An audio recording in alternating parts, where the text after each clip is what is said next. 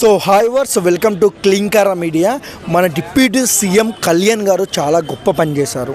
Seriously ఈ విషయం తెలిసినప్పుడు నేను చాలా ఎమోషనల్ అయ్యా. ఎందుకంటే మనం చూసాం కాశ్మీర్లో పాకిస్తాన్ వ్యక్తులు మన ఇండియా వాళ్ళని ఘోరాతి ఘోరంగా చంపేశారు.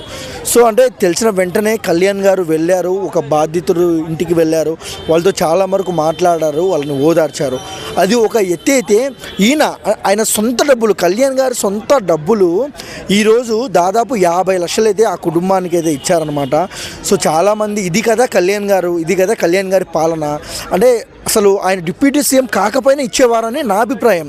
ఎందుకంటే ఆయన మనిషిలోనే దేవుడు అనుకోవచ్చు, ఎందుకంటే అంత వ్యక్తిత్వం ఉన్న వ్యక్తి కళ్యాణ్ గారు.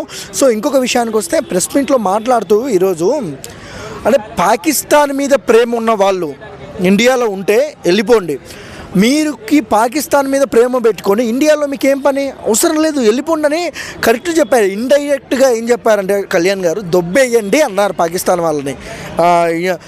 పాకిస్తాన్ మీద ప్రేమ ఉంటే అక్కడికి వెళ్ళిపోండి అన్నారు. కరెక్టే కదా.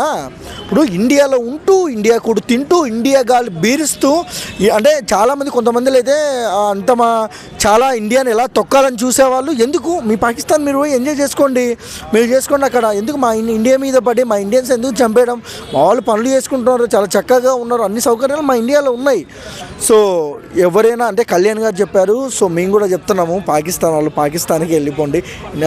ఇంకొక విషయానికి వస్తే సో కళ్యాణ్ గారు ద గ్రేట్ లీడర్ అని ఇంకొకసారి అయితే నిరూపించుకున్నారు. సో కళ్యాణ్ గారు 50 లక్షలు ఇచ్చారు కదా, మీకు ఎలా అనిపిస్తుంది చూసే సబ్స్క్రైబర్స్కి కామెంట్ సెక్షన్లో కామెంట్ చేయండి. సో కళ్యాణ్ గారు వన్ వర్డ్లో చెప్పాలనుకుంటే ఏం చెప్తారో మీరు కామెంట్ సెక్షన్లో కామెంట్ చేయండి. మా వీడియో మీకు నచ్చినట్టయితే please like, share, comment, subscribe and thank you for watching.